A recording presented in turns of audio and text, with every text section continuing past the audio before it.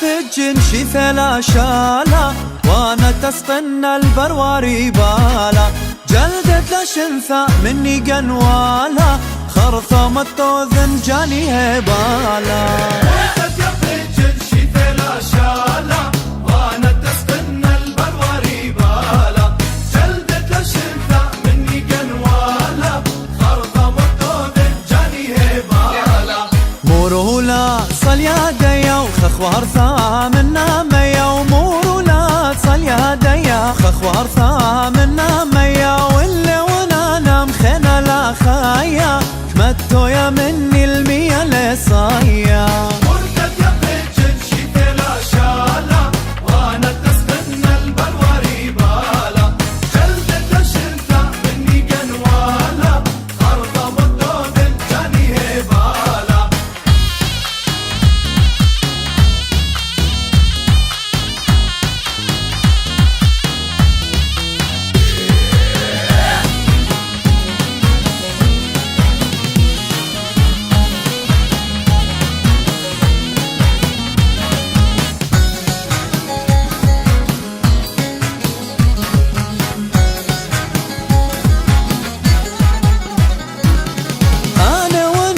سندني خاصة انصالي اسرع اللي لا ماصة خش بقرو اللي مخورة مدراسة هم شبيذي قصد قياسة مورولا صل يا ديا وخخوار ثامنا ميا ومورولا صل يا ديا خخوار ثامنا ميا واللي ونانا الخنا لا بايا هرس امرن ابا ودنقي لا شايا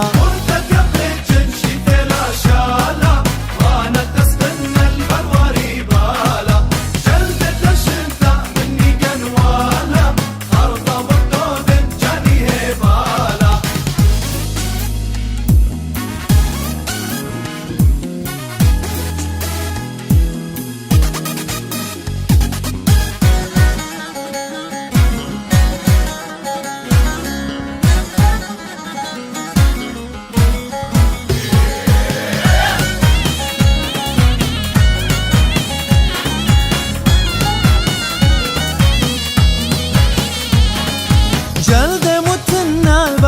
قوارا هذا خالبي لأثلت وارا وانها ونبغذا خست شوارا سبل بيها ومشمة بزمارا مورولا صل يا ديا وخخوار ثامنا ميا ومورولا صل يا ديا خخوار ثامنا ميا ونبلتا ونقبا باريا انا بمنا بمرت مرزايا شالا وانا تسقن البلوري بالا جلدت لشنثى مني قنوالا خرطة مدود جاني هبالا مرتد يا بجن شيث لا شالا وانا تسقن البلوري بالا جلدت لشنثى مني قنوالا زاقو زاقو شخالا قمتك معي شكلالا كما راصير شفاصة قردانا في لبالا زاقو زاقو هد بخالا قمتك معي شكلالا كما راصير طلخاصة وقردانا خي لبالا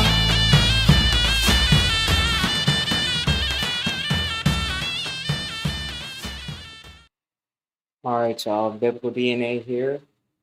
In today's video, Assyrians' DNA origins, the conquerors of cultures, languages, and religions. So what did the Assyrians consist of? Alright, so as always, we gotta start off with the biblical chronology. And if you don't know what that means, it means events, times of what occurred at what time. So according to amazing Bible timeline, we got the rise of the Assyrian power, 1700 BC. Scroll down. Scroll down. All right, so we got the end of the Assyrian Empire in 602 BC. right? But that's the Hebrew calendar. So the Assyrian calendar year would start off in 4750 BC.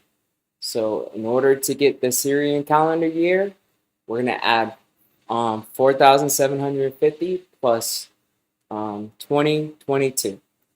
So with that, we're going to get a year of 6,772.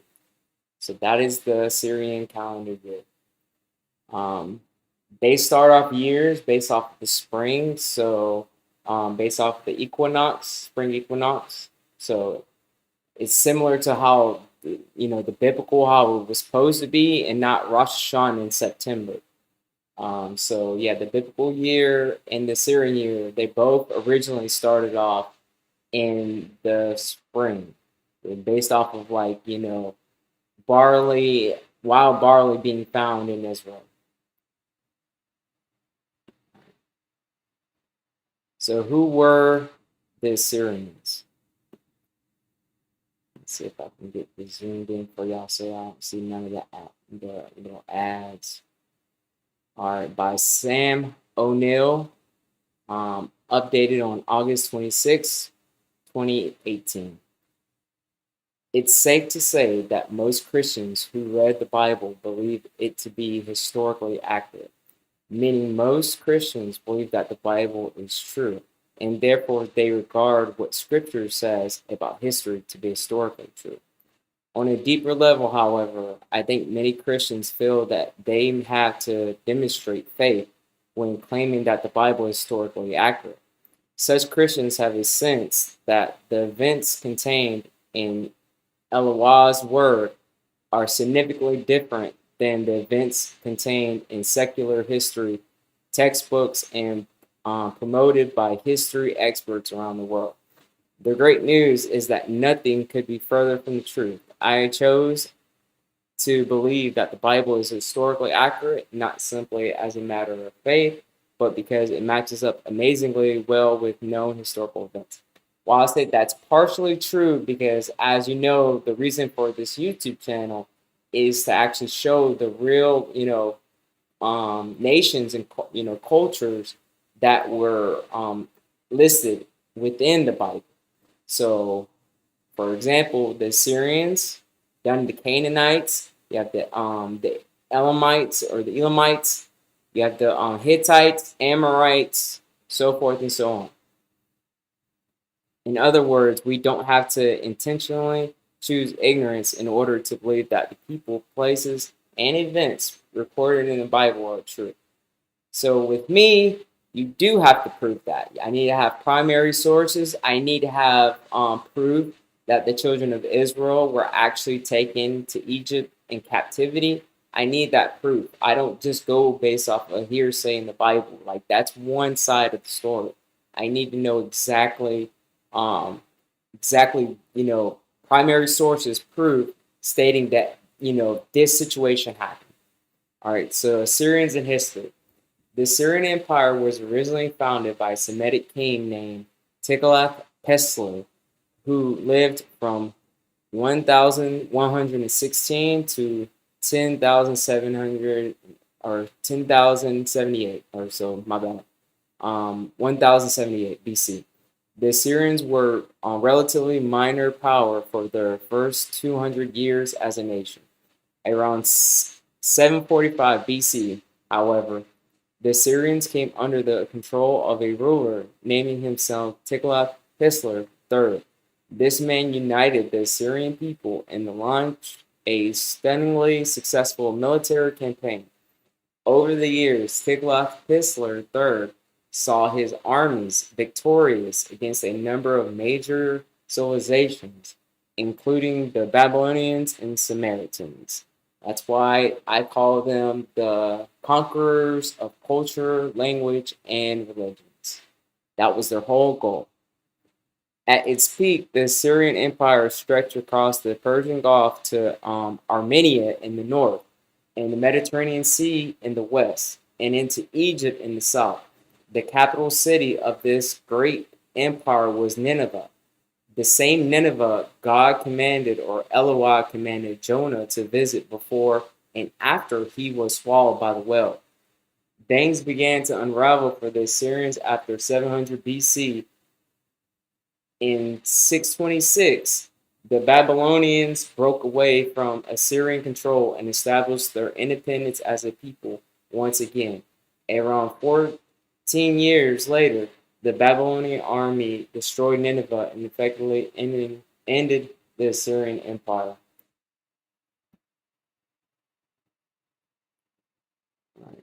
One of the reasons we know so much about the Assyrians and other people of their day was because of a man named Ashur-banipal, the last great Assyrian king. Ashur-banipal is famous for building a huge library of clay tablets known as cuneiform in the capital city of Nineveh. Many of these tablets have survived and are available to scholars today. The Assyrians in the Bible. The Bible includes many references to the Assyrian people within the pages of the Old Testament. And impressively, most of these references are verifiable and in agreement with known historical facts. At the least, none of the Bible's claims about the Assyrians have been disproven by reliable scholarship. The first 200 years of the Assyrian Empire coincides roughly with the early kings of the Jewish people, including David and Solomon. As the Assyrians gained power and influence in the region, they became a larger force in the biblical narrative. The Bible's most important references to the Assyrians deal with the military dominance of Tiglath-Pileser III. Specifically, he led the Assyrians to conquer and assimilate the 10 tribes of Israel that had split away from the nation of Judah and formed the southern kingdom. All of this happened gradually, with Israel's kings alternately being forced to pay tribute to Assyria as vassals and attempting to rebel. The book of 2 Kings describes several such interactions between the Israelites and the Assyrians, including in the time of Pekah, king of Assyria or Israel. Tiglath-Pileser, king of Assyria, came and took Lejon or Ijon, Abel, Beth Makkah, Yonah, Kedesh, and Hazar. He took Gilead and Galilee, including all the land of Naphtali, and departed the people to Assyria. 2 Kings 15:29. Ahaz sent messengers to say to Tiglath-Pileser, king of Assyria, I am your servant and vassal. Come up and save me out of the hand of the king of Aram and out of the king of Israel, who are attacking me. And Ahaz took the silver and gold found in the temple of Yahweh and the treasures of the royal palace and sent it as a gift to the king of Assyria. Verse 9.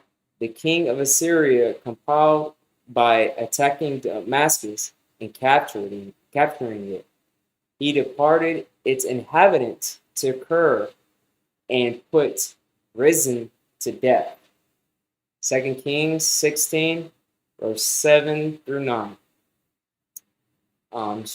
Shalmaneser, king of Assyria, came up to attack Hoshea, who had been Shalmaneser's vassal and had paid him tribute.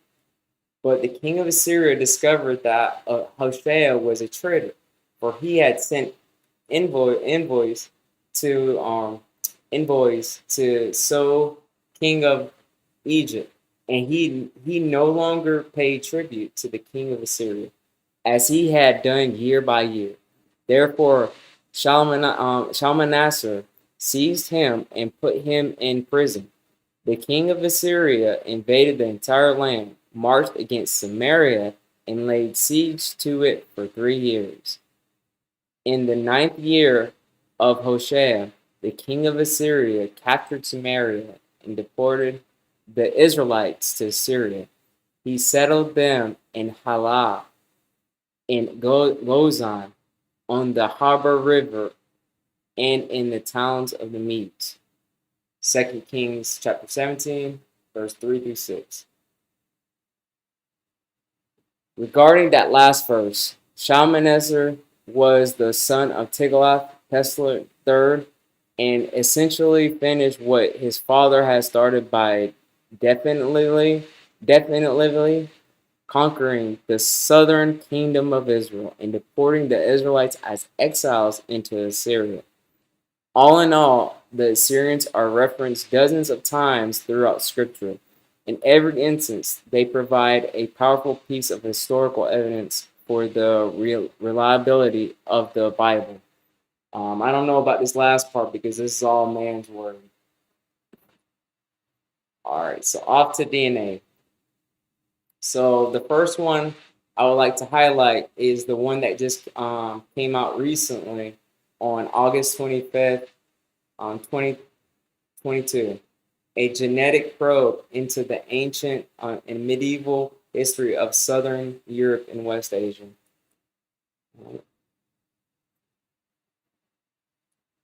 So you can see exactly what this Assyrian is called. Go ahead and read B. In between Van and Assyrian Mesopotamia, represented by the site of Nimrik 9 in Iraq, in terms of Levantine ancestry. E.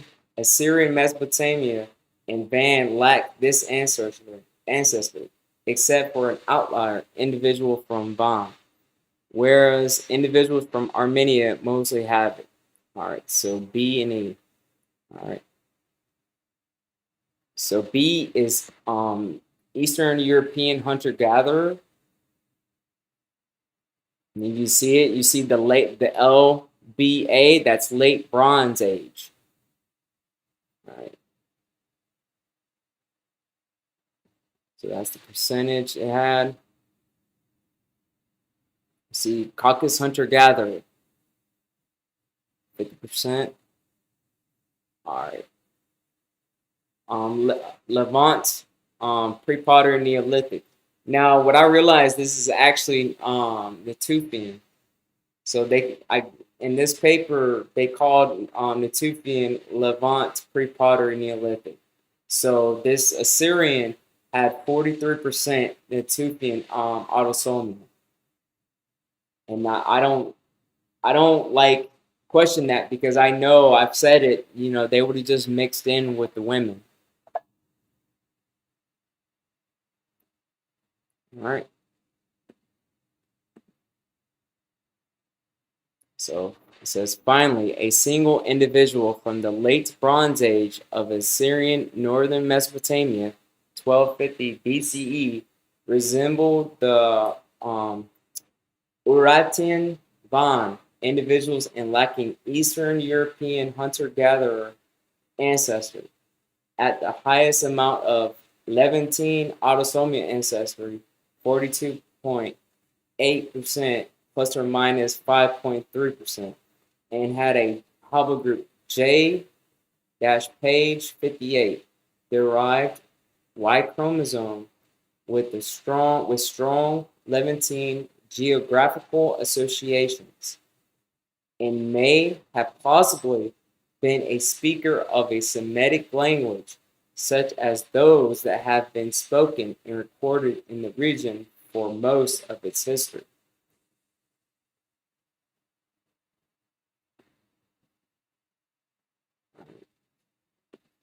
Go to the top.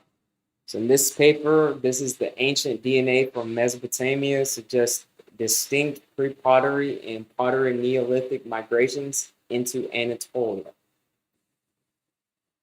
And I am going to be pulling up the Excel spreadsheet so you can see his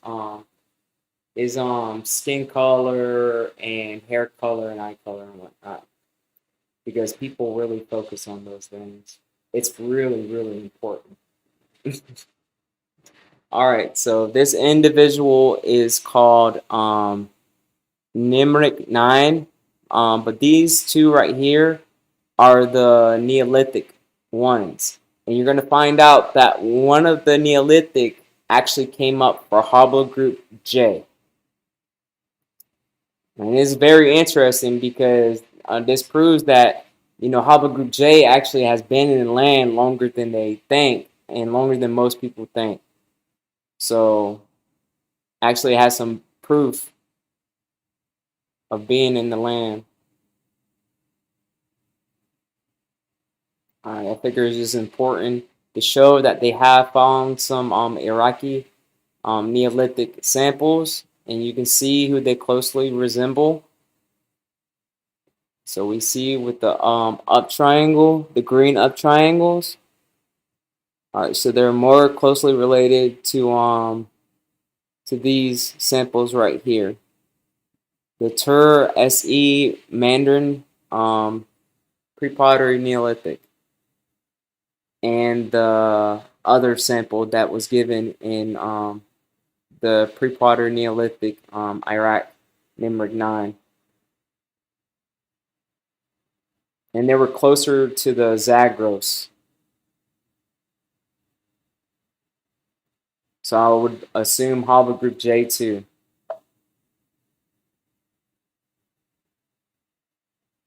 All right.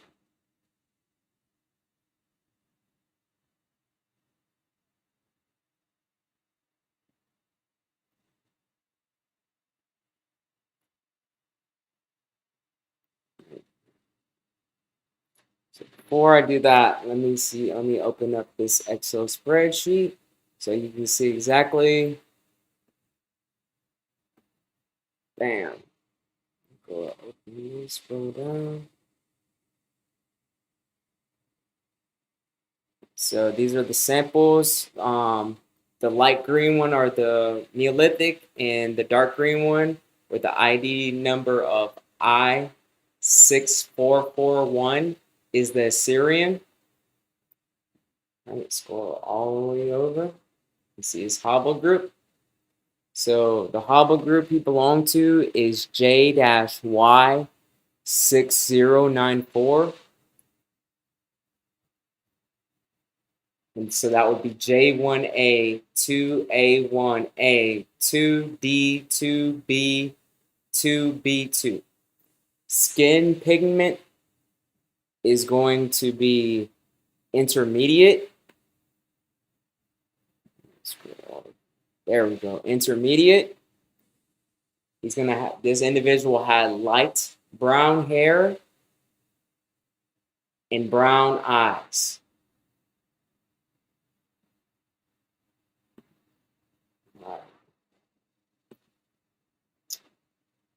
And I will be bringing the Excel spreadsheet because we do have more that were associated with the Assyrian culture. So I will be bringing up more. Let's see, let me do first. Do this PowerPoint first. All right. Let me go to the spreadsheet first. All right. So this is the big PDF. So this is the supplementary materials for the genetic history of the Southern Arc, the bridge between West Asia and Europe.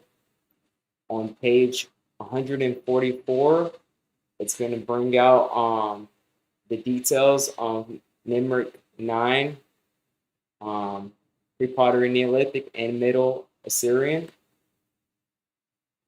Before I get to there, I figured to read this since I brought it up in the first sample that they talked about. So according to the inscription in the Syrian language, the kingdom of Aratu was founded by Sarduri first, 840 to 830 BCE, in the middle of the 9th century and survived until the end of the 7th century. The capital of the kingdom was Tushpa, located on the eastern shores of Lake Van. It was the power center of the state, which was divided into regions, each ruled by a governor. After an expansion around 700 BCE to the north, the kingdom was destroyed about a century later. All right.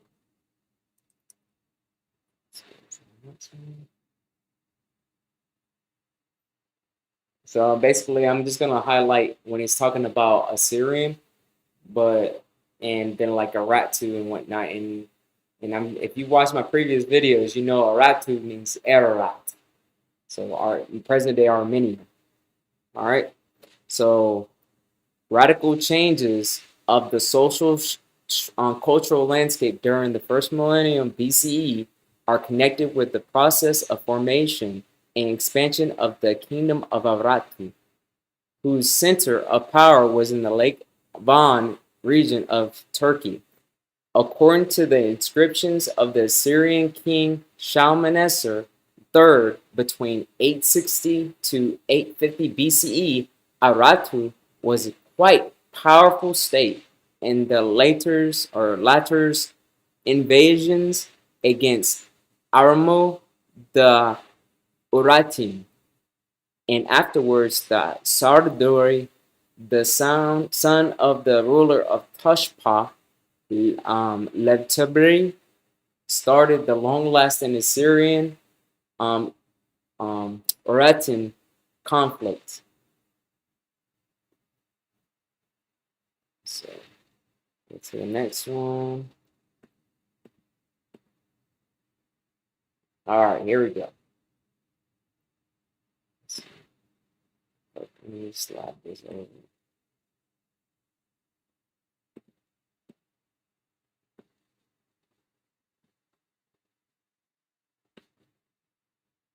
There we go. Perfect. All right. Okay, so Nimrik 9, pre-Potter Neolithic and Middle Assyrian contact or Arcadius Soltizak.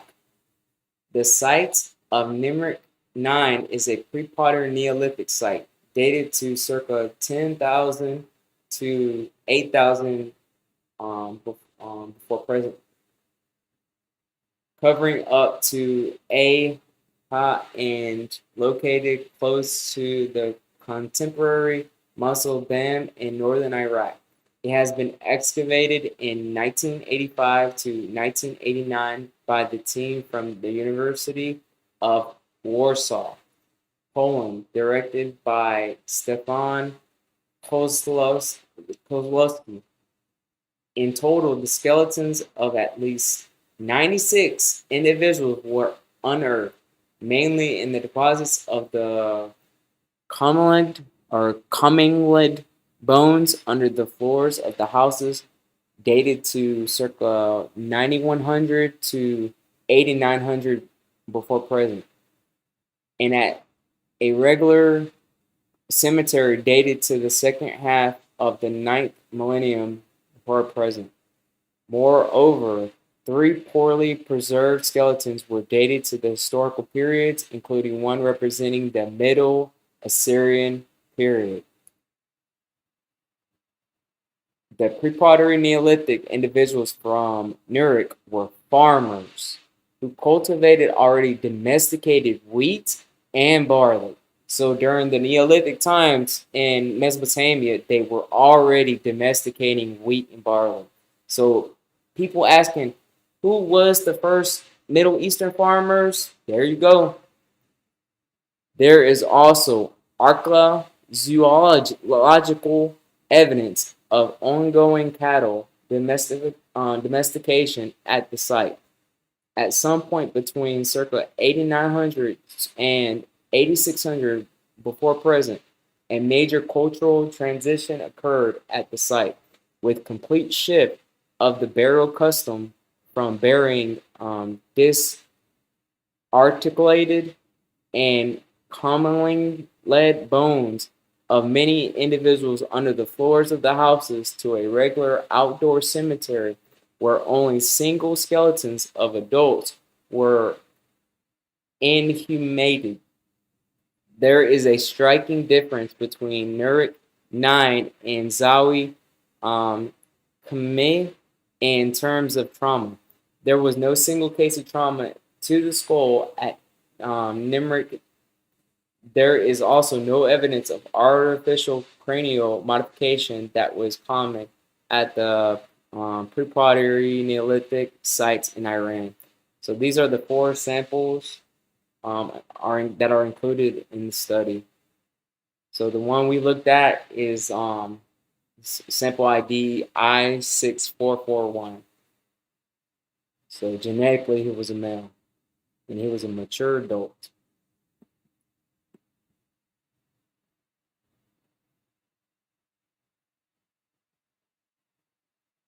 So it's going to confirm what I was talking about earlier. Another sample I6441 from the Middle Assyrian period, late Bronze Age of Mesopotamia, has largely the same ancestral composition as these pre-pottery Neolithic samples, a finding which we also confirmed in which the ancestry of all Mesopotamian individuals is modeled.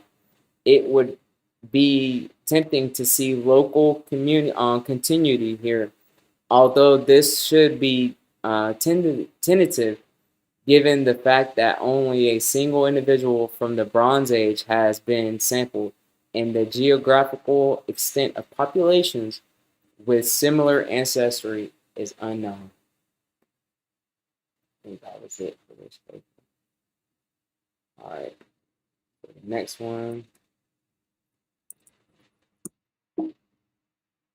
This one didn't have it, but it had the Nimrik in line.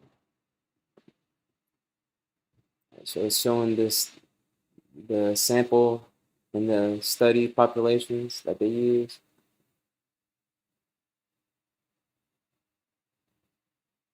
All right, so Israel and Jordan for the Levant, and Nimrik 9 from Iraq, and Mardin Bankula Tarla from southeast Turkey for Mesopotamia. Okay, so that's what they use.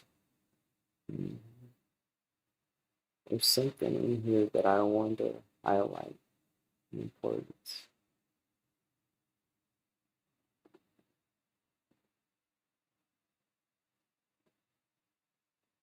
All right, so this is it. So this is what I was saying about that Levant pre-pottery Neolithic actually represents Yusufian. So I6445 Iraq, Nimrik 9. So let me see. They only have the Neolithic ones here available. But you see that they have Natufian DNA. That's very important. So, because the other one was actually J. I'm actually going to show that right now. That another a Neolithic sample was a J. So it was ID I6457. It belonged to haplogroup J. And you see, he had Natufian DNA.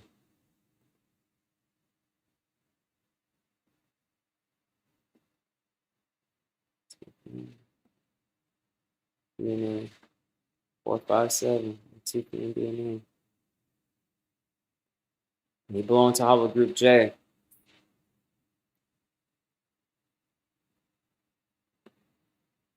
All right. All right, so there is more haplogroups available on the Excel from older spread articles. I'll go ahead and show you these down here. So we have a Lebanon one with the ID SFI-55. This individual belonged to, says haplogroup J1A2B1. So the Y pool is J-Z1842. So his skin tone was intermediate, so a tan skin tone. He had dark hair and brown eyes. Let me see if I can bring this down. There we go. All right. I can show you. It is on hobbletree.info. Let me show you it real quick on hobbletree.info. Uh-oh.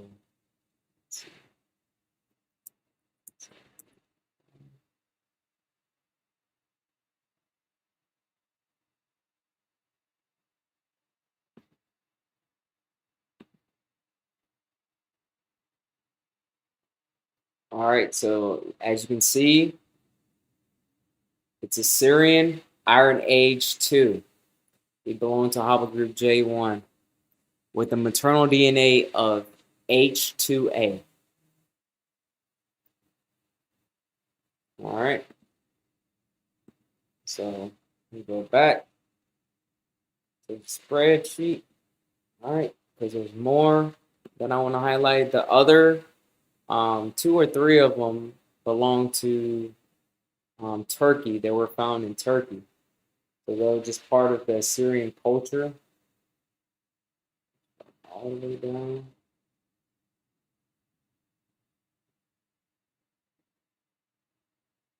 Let's go up. All right, so you see, um, these are the individuals found in Turkey. So the ID number is MA2205, MA2206, MA2208. And I'm going to show it on a Hobbletree also for y'all. So you see the J2A, he had intermediate skin, so tan again, and the other ones, it didn't show. So it didn't have anything, it just says MA. All right, back to Hobbletree for y'all.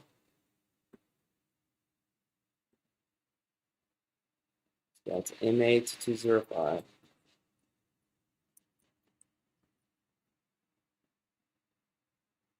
So we see found in Turkey, and it was found. I can pull up the article for y'all so y'all can know exactly where these were found in. So it's from this article titled "The First Horse Herders and the Impact of the Early Bronze Age Steppe Expansions into Asia." All right, so that's the article you can find these in. So let's get the other ones real quick.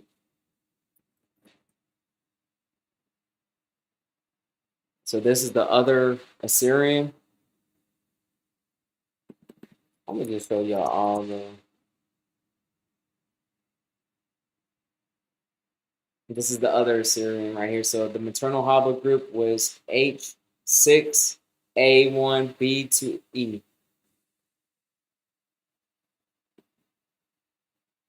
Um, the Lebanon Assyrian Iron Age 2 belonged to UI or U1A1A. That's the maternal Hobble group.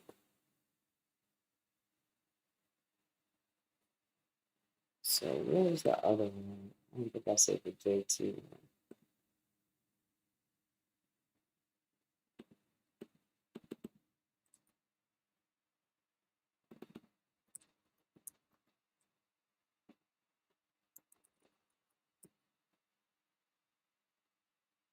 So that one. So that J2A, the maternal Hobble group was J2B1. So the J1A had a maternal DNA of H2A. All right, that covers it all. Cool, cool, cool. All right, so let's move on.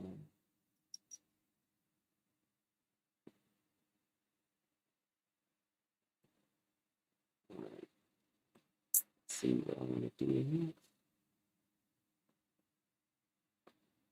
All right, so we can talk about some modern day samples for Assyrians. So get some clarity. As the paper already stated, the Assyrian Empire stretched all the way to Arat, which is Armenia, Arat, all the way to Turkey, down to Egypt, to Mesopotamia, right? It's so funny. That's four corners. You realize it's four corners, literally. All right. All right. So in this paper, why chromosome diversity among the Iranian religious groups, a reservoir of genetic variation. All right. So it's 14 Y chromosome biallelic markers were analyzed in 130 male subjects from Assyrian, Armenian, and Zoroastrian groups in comparison with 208 male subjects from 3 Iranian Muslim groups. All right. The genetic results indicate a relationship between Armenian and Assyrian groups in Iran and a clear distinction of the former from the Zoroastrian group. However, Assyrians had elevated frequency, 40% of R asterisk, excluding R1A, and low frequency, 11% of J. Conclusion: the results of this study may suggest that the Assyrian population either experienced Eurasian gene flow, possibly from Armenia, or that enforced relocations and expulsion of conquered people with different origin led to the integration of descendants with our haplogroup. Says in the present study, we investigated patterns of Y chromosome variation in the Christian, Armenian, and Assyrian and Zoroastrian religious communities and compared them with Muslims in the same geographic area, as well as published data from their putative source population. All right, so Assyrians. So this is the quote that I have in the or paragraph that I have in the description. So Assyrians are one of the oldest surviving Christian groups. It is believed that the majority of the Assyrians descended from ancient Assyrians that lived in the historical land of Mesopotamia. Assyrians are considered to be one of the indigenous people of the Middle East, whose origins lie in the Fertile Crescent. Their homeland was thought to be located in the area around the Tigris and the Euphrates. Parpola 2000. The Assyrians spread the highest civilization from the Caspian to Cyprus, from Anatolia to Egypt.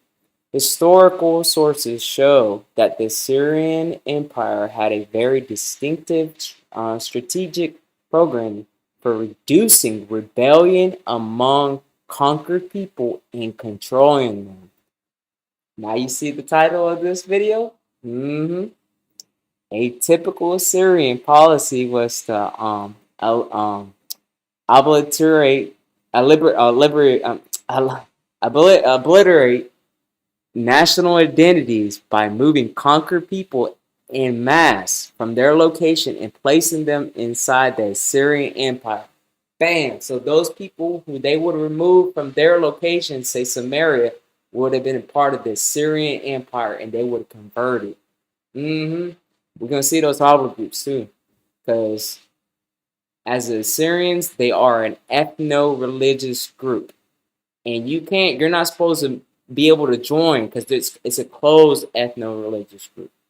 So all those people that once converted to Assyrians, that was it. It's a closed ethno-religious group, and we're gonna see that too. I got papers talking about that. They're in what is it? Indigenous. They then imposed their culture, traditions, and language, customs, and other social religious ideologies onto those they conquered. and within a few generations, they became assimilated into the empire as loyal Assyrians. The result was that the Neo-Assyrian Empire was a multi-ethnic state composed of many peoples and tribes of different origins. Parpola, 2004. Okay. We see Assyrian settlements in northwestern Iran are located in Urumia, West Azerbaijan province. In case you didn't know, all binary markers that were excluded by our genotyping strategy are noted within parentheses after an initial X symbol. Means excluded. So that's what I was talking about earlier. Excluded. In case you've watched all my videos, you know exactly what I'm talking about. All right, so they tested 9 in the Assyrians. Okay. So right here it says frequency of haplogroup R asterisk, excluding R1A, and the Assyrian was significantly different from haplogroup R asterisk, excluded R1A frequency in the Armenian and Zoroastrian.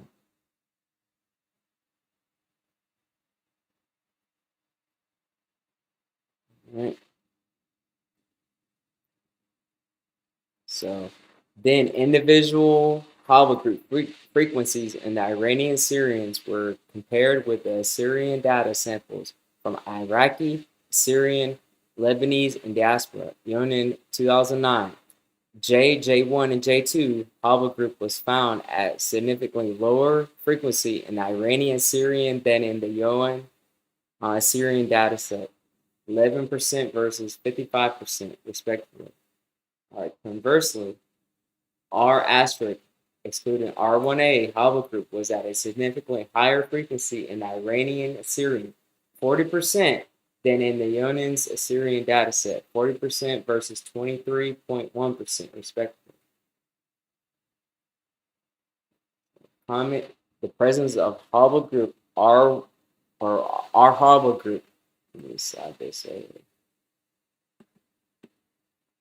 There we go. Let's see if I can make this small. There we go. All right, so the presence of our haplogroup in the Iranian Assyrian, as well as other Assyrians from Iraqi, Syrian, and Lebanese in the Fertile Crescent, can be explained as a consequence of the integration and assimilation of conquered people with different origins into the Assyrian Empire many years ago, leading to the integration of descendants with our haplogroup. You're going to see a bunch of other haplogroups also that became part of the Assyrians, of the Assyrian Empire. So my take on this, if they didn't belong to haplogroup J, page 58, they weren't not Assyrians. So that's the main haplogroup that the Assyrians belong to initially. The difference in R asterisk, excluding R1A frequency between the Iranian Assyrian 40% and other Assyrian populations in the Fertile Crescent, 23%, may have emerged due to genetic drift.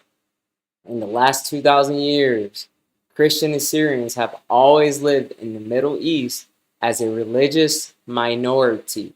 So that's where your ethno-religious group comes from. And their way is that they only marry inside their ethno-religious group. They're not supposed to marry outside of it. All right. So it can be suggested that modern Assyrian populations have some Eurasian origin. This makes a lot of sense because the Armenians moved from there to the Caucasus and were the only other group that Assyrians married within the region since they shared the same region. All right, next we got ancient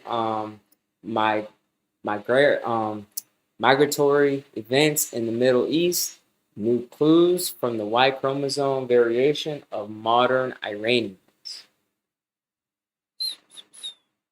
Yeah. All right, so this continuous invasion of populations with different origin and culture created an interesting mix of different ethnic groups speaking a variety of Indo-Iranian, Semitic, and Turk languages, and encompassing passing Arabs, Armenians, Assyrians, Azeris, Balachs, Bandaris, Galax, Kurds, Lurs, Mazandarani, Persians, and Kashim people, Turkmens, Zoroastrians, and a group of so-called Afro-Iranians, which might be the result of the slave trade with Zanzibar. Right.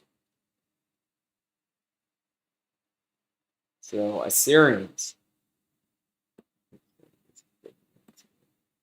are Semitic people, right? So when I see Semitic people, right, first of all, what does Semitic mean? And I got to pull this up because a lot of people don't know what the definition of Semitic. So we're going to go there. So we're going to pause it right there and go to the definition of Semitic. Yeah. Got to do it. All right, Semitic. Relating to or denoting a family of languages that includes Hebrew, Arabic, and Aramaic, and certain ancient languages such as Phoenician and Akkadian, constituting the main subgroup of the Afro-Asiatic family, which is just the made-up language group. Just watch my previous video of the Afro-Asiatic origins. Who created that whole thing? And you'll see that it goes back to the Christianity and whatnot, to the Bible. Relating to the peoples who speak Semitic languages, especially Hebrew and Arabic. All right, so it goes back to Semite, right? Semite, a member of any of the peoples. Any, you see that? Any of the peoples, any people. Not a certain haplogroup, any of the peoples who speak or spoke a Semitic language, including, in particular, the Jews and the Arabs. And we're going to see that it comes from who? Sem or Shem, or you can say Sham.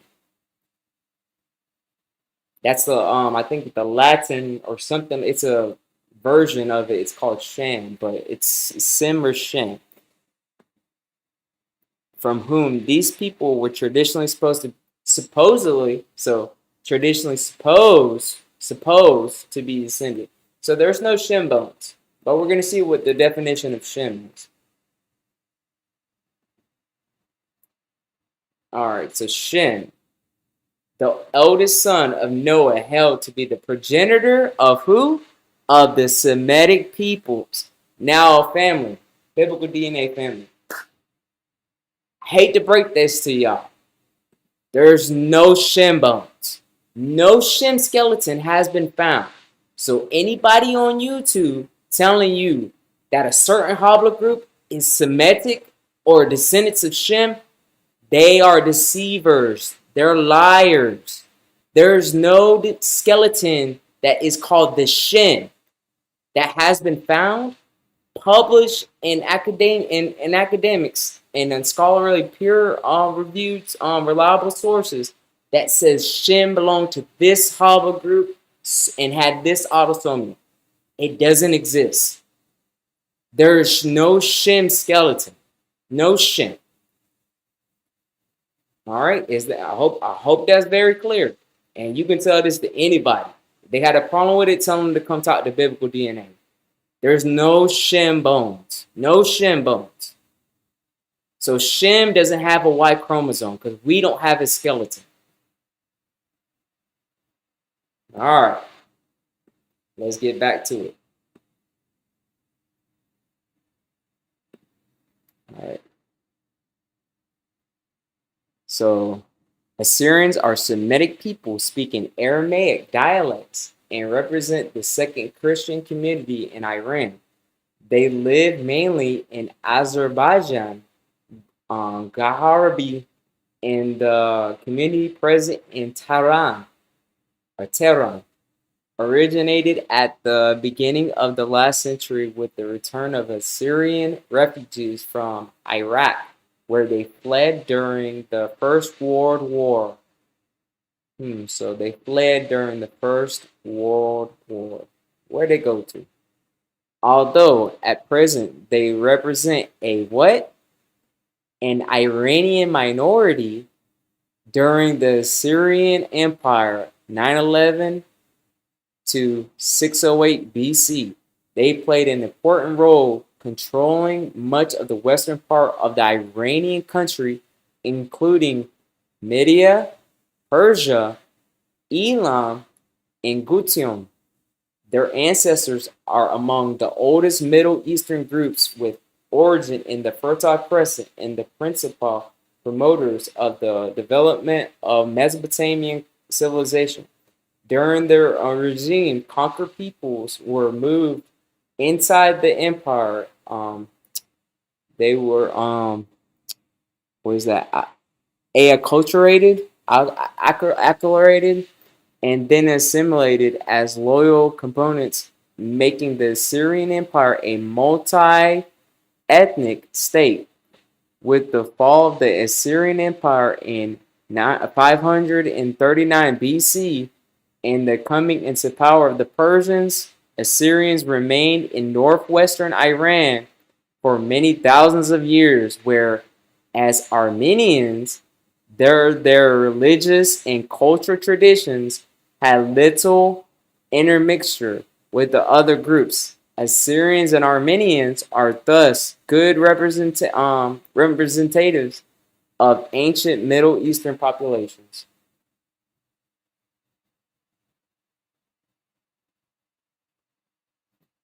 So, so this shows the hobble groups that are located in these regions. It's because the whole point is to find exactly, who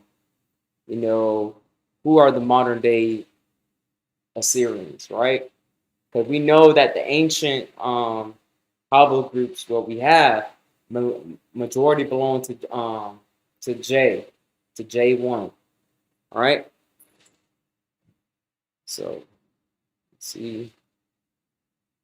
It's A, B. All right. So A, you see majority of them belong to that look like majority to me. I would say would be J1 and 267. And that second one would be I think J2 it looked like. I think it's J2 or that green one. So the line green one is R1 and 269. All right, so B, let's go down to B. So the green is going to be R1 and 269. All right. And I mean, that's majority. So, and they do got a second one. So that would be J2 and 410.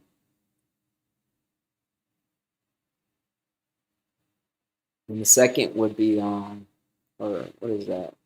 Second in this one population would be R1 and 269. And then this one, so this one's, I don't know if this one's, they look almost the same, but maybe EM78 is the second highest in this population. I think so. I think it's bigger than the light green one. I would say so. So we're going to see which specific hobble group under EM78 also. Because it's not just EM78, it's a specific hobble group under EM78. All right, so I actually got it open since it'll come up all messed up on here.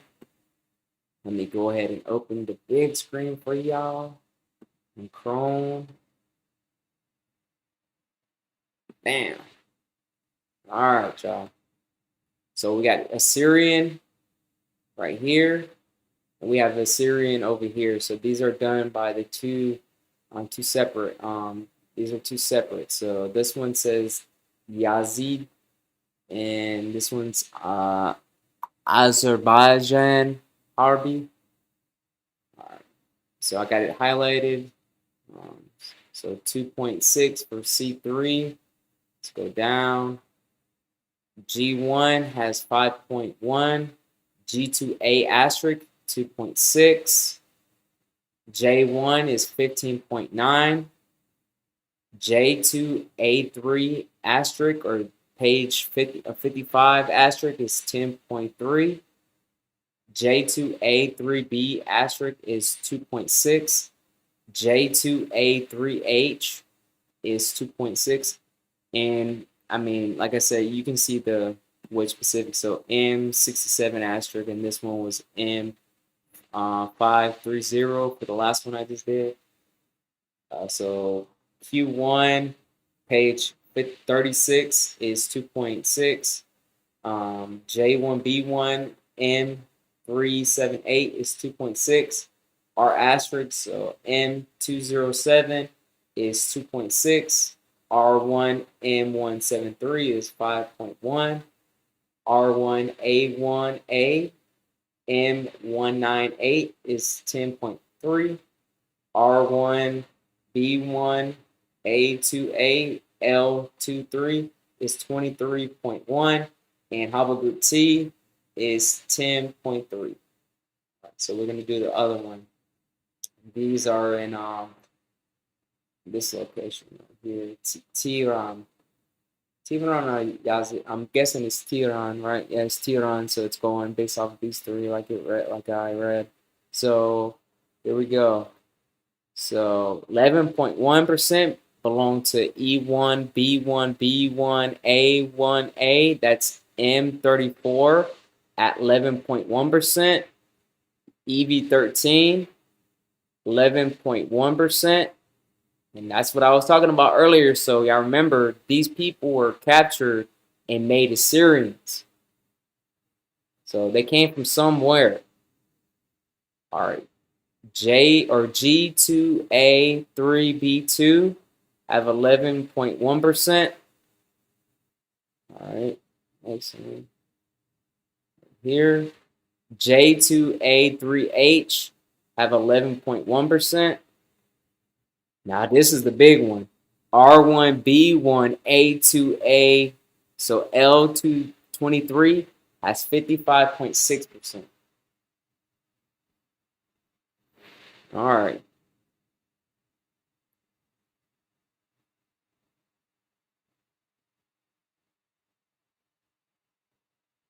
So that's a lot.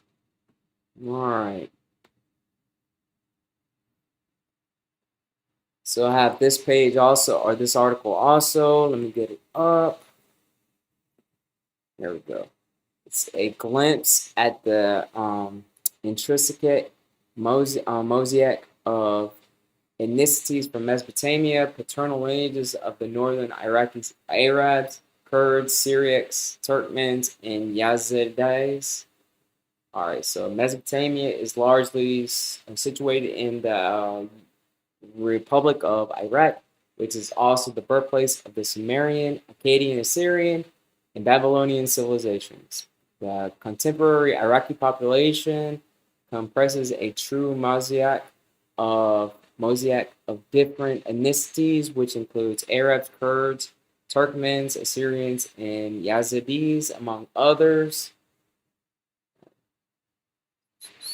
Iraq has a population of 40 million, comprising mainly of Arabs and Kurds, but also the Assyrians, Turkmens, Shabakis, Hazadis, Armenians, Mandans, Circeans, and Kawalawa. I'm sorry, I can't even say Kawalia minorities. Accordingly, population genetics of Iraqis is of interest not only because of this ethnic diversity, but also due to the fact that the country was home to the Sumerian, Akkadian, Assyrian, and Babylonian civilizations and ruled by the Persians, Greeks, Arabs, Mongolians, Ottomans, and British.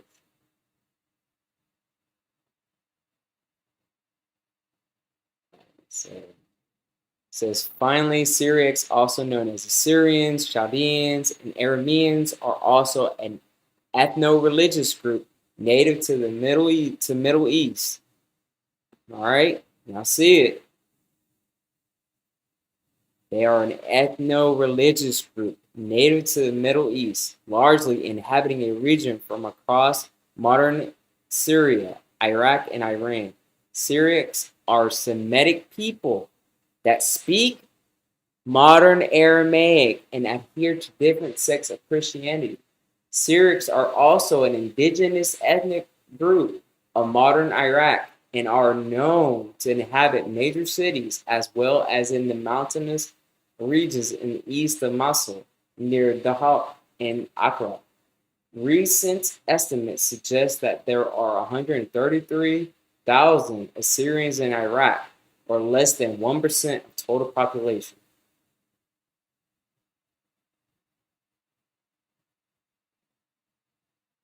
Let's see what that says.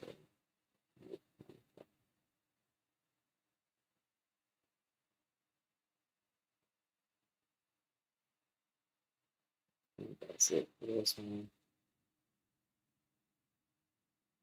The thing with these articles, I have to literally be on how you call it, on the Chrome, like have it open up. So let me see if there's any more Assyrians on here. All right, so in particular, in the most recent study with the highest haplogroups resolution, R1A, R1B, J1, and J2 subclades were found to account for 8% for R1A, 29% for R1B, and 15% for J1, and 15% for J2 subclades, in that order among Assyrians from Iran. All right. So next article. So this is the same thing.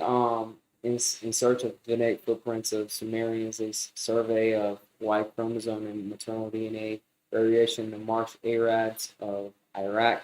I've done before. For some reason, I can't highlight in this one, so I have this one open. The other one has like protective, it's like copyright or something like that, so I can't write in it. So, conclusions, evidence of genetic stratification, ascribable, I can't even say that word right now, to the Sumerian development was provided by the Y chromosome data, where the J1 page 08 branch reveals a local expansion, almost contemporary with the Sumerian city-state period that characterize southern Mesopotamia. On the other hand, a more ancient background shared with northern Mesopotamia is revealed by the less represented Y chromosome lineage J1 and 267 asterisk. So most likely from the Meta-Indian subcontinent, only marginally. Okay, so I don't want to read this part. Let me go ahead. Let me see if there's any series. Okay, here we go. The less represented J1 and 267 asterisk primarily diffuses towards northeast Mesopotamia and shows its highest incidence in the Assyrians of northern Iraq and Turkey. So it's saying that J1 and 267 is found the highest. Assyrians.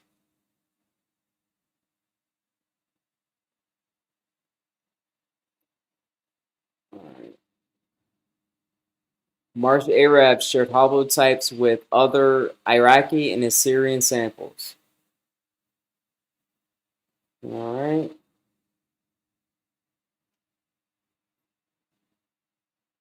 So I think I read that one already. Yeah, that's it. Okay, cool.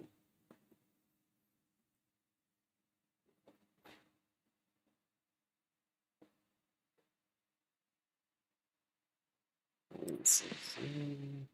All right, right chromosome. Okay, so let me get the paper real quick.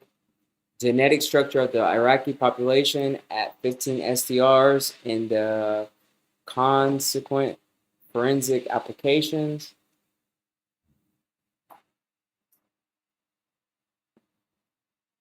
All right, so Y chromosome analysts revealed little difference between Iraqi Arabs, Assyrians, and Kurds. Al-Zahri et al. 2003, and while there is minimal gene flow between the Jewish and the Muslim populations in Iraq, both populations are more genetically similar to each than either are in populations in Europe. Nobel et al. 2001. Babylon was sacked by the Hittites in 1593 BC, and there was a period of instability until the Assyrians, a group of Semitic people. Why? Because they had a culture and language that was Semitic. From northern Mesopotamia took power. Stansfield, 2007. The Assyrian state ruled from circa 1300 to 600 BC and controlled the region from Iran to Egypt. Stansfield, 2007. All right, so it says similarly, Y chromosome analysts did not show any significant difference between Iraqi Arabs, Assyrians, and Kurds. Al-Zahri et al. 2003. So 25 Assyrians was used for this, 178 Arabs and 13 Kurds. For maternal DNA, it was found that the haplogroup distribution was most similar to Iran and Middle Eastern countries in general, but differed significantly from countries in the Arabian Peninsula. Al-Zahri et al. 2003. That's it. Okay. Here. There are minority populations of Turkmen, Assyrian, Jewish, and others, which are mostly likely to appear in Baghdad, which has a more mixed population than the other cities.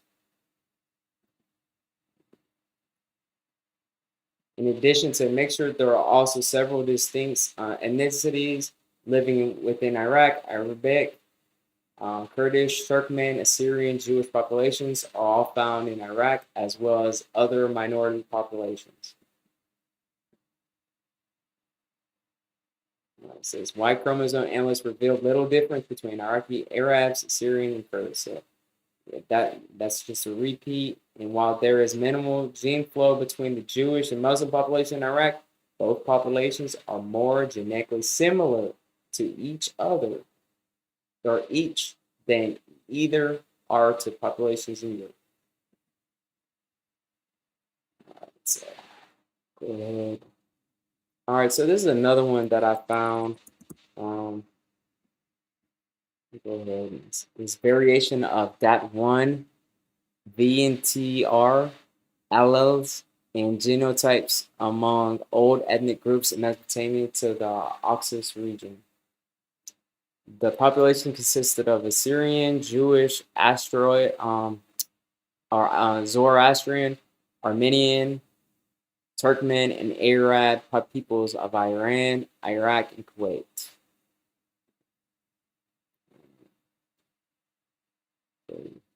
The Assyrians are the main residents of present-day Mesopotamia, so a majority of them belong to J1. These populations include Assyrians, Jews, Zoroastrians, Armenians, Turkmens. Okay. All right, so we see right here ethnic group or ethnic religious group: Assyrians, the religion Christianity, language Aramaic, Persian, a main geographic distribution Assyrian diaspora, sampled region Iran, Burma, Tehran.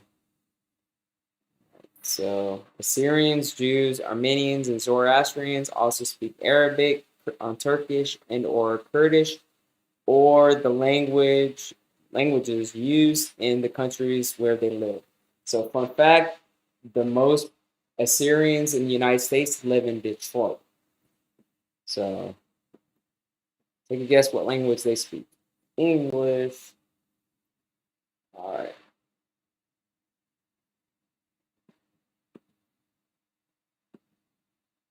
So if you want to, you can go ahead and read this one, but this is what I wanted to get to right here for this article. The endogamy was found to be high for this population, the Assyrians, through determination of the heterogeneity coefficients. Our study supports earlier findings indicating the relatively close nature of the Assyrian community as a whole, which is a result of their religious and cultural traditions have had little intermixture with other populations. Elias 2000. So y'all, there's other papers that I found, but honestly, I think it's a wrap that majority belong to haplogroup J1, as the paper said. Yeah, pretty much. Let's see. I don't see nobody in the comment section on the chat. So, all right. Hope you enjoyed it. I'm gonna leave a Masa Man or Mason's video regarding the Assyrians in the comment section. So check it out. But wow, it's a lot of information that I just gave to y'all. Well, this has been Biblical DNA. Hopefully you enjoyed it. If you enjoyed this content or you didn't, let me know. If you did, please like, share, and subscribe. Yeah, just leave any feedback for that. I would really appreciate it. All right, y'all. Biblical DNA out.